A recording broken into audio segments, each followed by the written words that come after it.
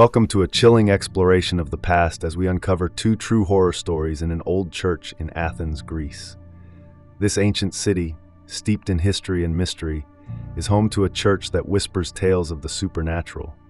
As we delve into these spine-tingling accounts, prepare to be transported to a time when the line between the living and the dead was blurred. Are you ready to face the haunting truths that lie within these sacred walls? Story 1. The Watcher in the Pews. I had always been fascinated by history and architecture, and during my visit to Athens, I couldn't resist exploring some of the city's oldest churches. One in particular stood out, an abandoned Byzantine-era church nestled between two crumbling buildings, its doors warped with age. I had read about it in an old travel guide, which described its haunting beauty and eerie atmosphere. The locals, however, spoke of it with unease. They called it the Church of the Watcher. Legend had it that long after the priests and worshippers had left, something or someone remained behind, watching from the shadows. I arrived at dusk. The fading sun cast long golden streaks through the broken stained glass windows, creating eerie, multicolored reflections across the cracked stone floors. The scent of damp wood and forgotten prayers lingered in the cold air. As I stepped inside, the silence was thick. Almost too thick.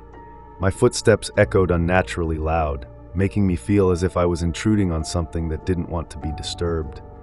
The pews were coated in dust, their wooden frames warped from centuries of neglect. As I walked further inside, I noticed something unsettling. One pew, near the back, looked cleaner than the others, as if it had been used recently. That's when I saw it. A figure sitting at the far end of the pews, head bowed, hands clasped as if in prayer. I froze. I hadn't seen anyone enter the church, and I was sure I was alone. The figure didn't move, didn't acknowledge me in any way. My throat went dry. "Excuse me?" I called out. No response.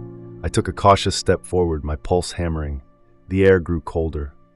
That's when I noticed something horrifying. The figure's hands were moving, not naturally, but in a slow, jittery motion, like a puppet being controlled by invisible strings. A whisper crept through the church, soft but chilling. The voice didn't come from the figure. It came from somewhere above me. I dared to look up. The rafters were shrouded in darkness, but I saw movement, something shifting in the shadows. A pair of eyes, gleaming like wet marble, peered down at me. The whispering grew louder, turning into an inhuman murmur that filled the church. The figure in the pew suddenly lifted its head. Its face was wrong, distorted as if multiple expressions were layered over each other. The eyes were hollow, sunken black pits. The mouth opened, but no words came out, only a choked, gasping sound, like someone drowning in air. I stumbled backward, knocking over a candle holder. The sound of metal clattering against stone shattered the trance, and suddenly the figure was gone. The pew was empty. The whispering had stopped, but the eyes in the rafters remained. I ran. My hands shook as I pushed against the heavy wooden doors, bursting into the open air. I didn't stop running until I was far away from that cursed place. Later, I spoke to an old historian about the church. He sighed as if he had heard my story before. They say a priest used to pray there alone for years after the congregation left. He claimed he was speaking to someone. That someone never left. I still have nightmares about those eyes, and sometimes when I'm alone at night, I swear I hear the whispering again. I barely slept that night. Every time I closed my eyes, I saw those eyes in the rafters, gleaming in the darkness, unblinking.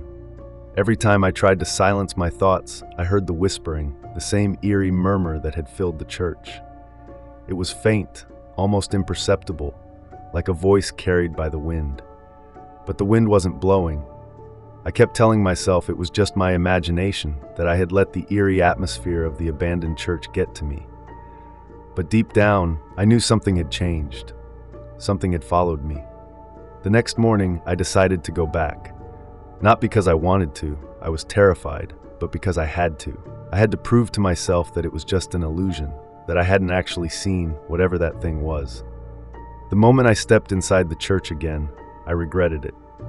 The air was colder than before, thick with something I couldn't explain. The silence wasn't just an absence of sound. It felt alive, like the whole church was waiting, watching. I forced myself to walk down the aisle, past the dust-covered pews towards the altar. The pulpit stood empty, draped in a rotting cloth. The stained glass windows cast dull, muted colors over the stone walls. Everything looked the same, except for the pew in the back.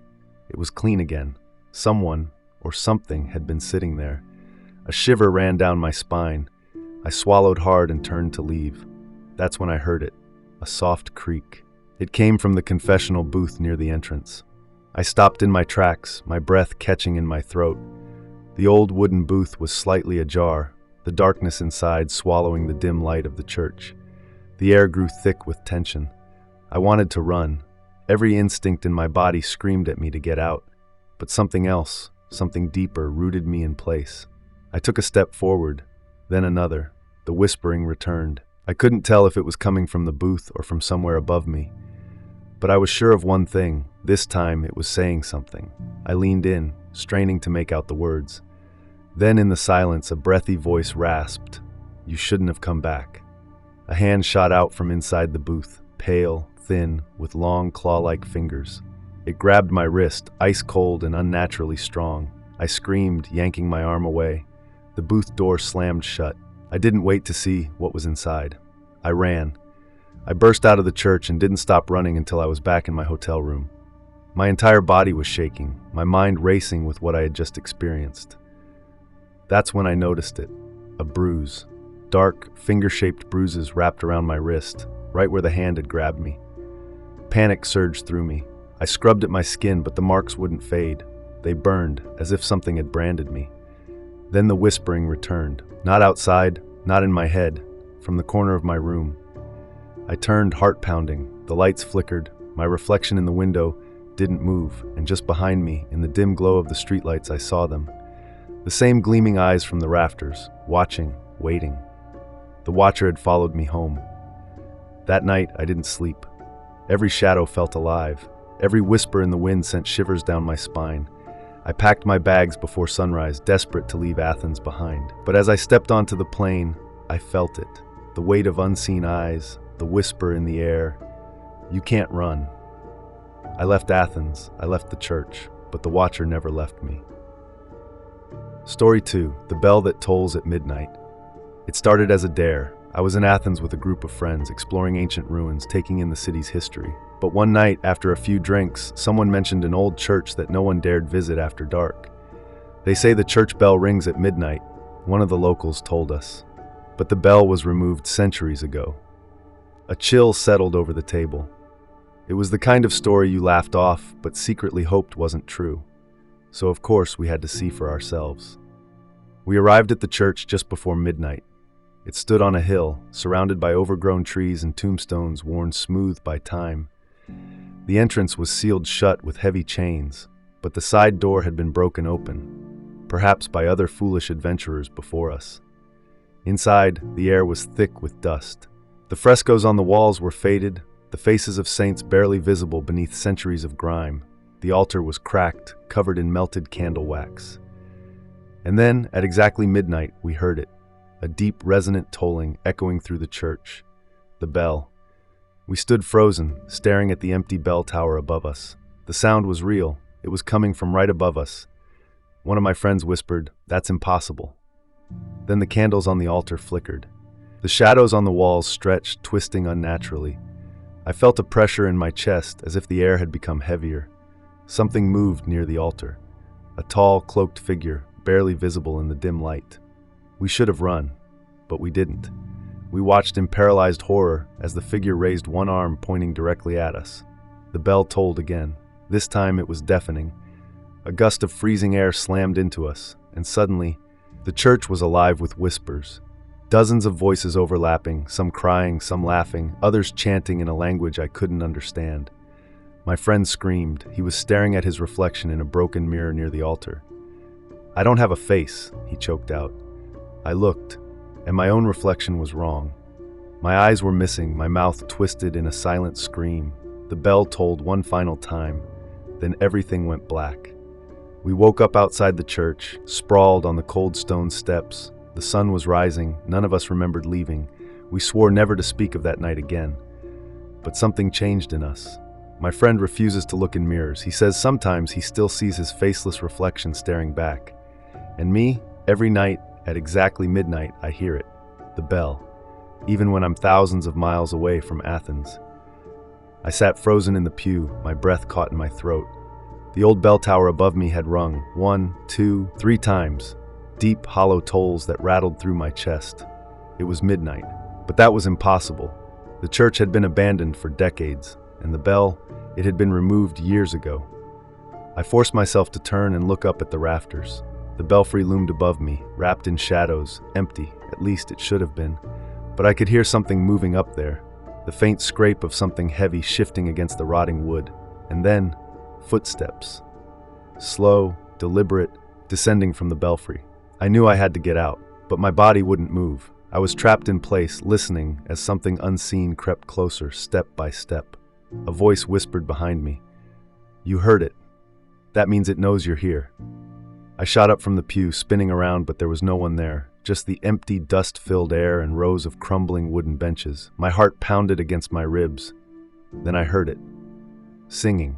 Soft at first, like a faint echo carried by the wind.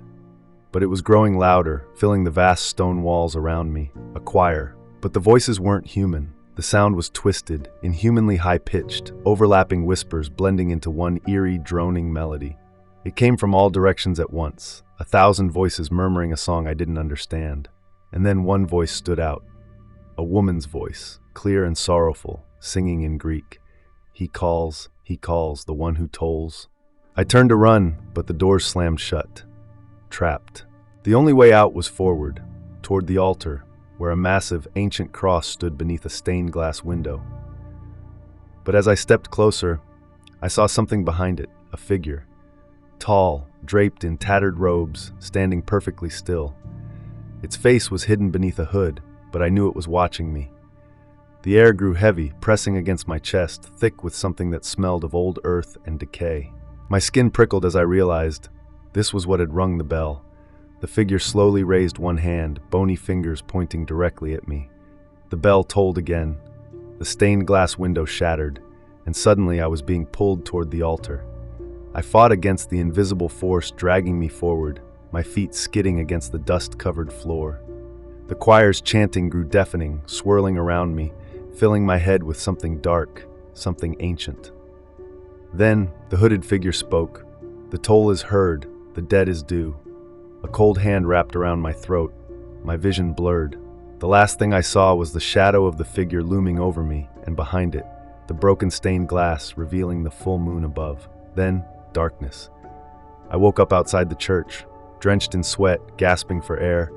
The sky was tinged with the first light of dawn. The doors of the church were sealed shut once more, as if nothing had happened. But I could still hear it, the bell, tolling from deep within my mind, ringing, ringing, ringing, and I knew it would never stop. Thank you for joining us on this eerie journey through 2 true horror stories in an old church in Athens. We hope these chilling tales have left you with a sense of wonder and unease about the mysteries that linger in the shadows of history. If you enjoyed this exploration, please like, subscribe, and share your thoughts in the comments below. Until next time, keep your heart open to the unknown, for the past often holds secrets that refuse to stay buried.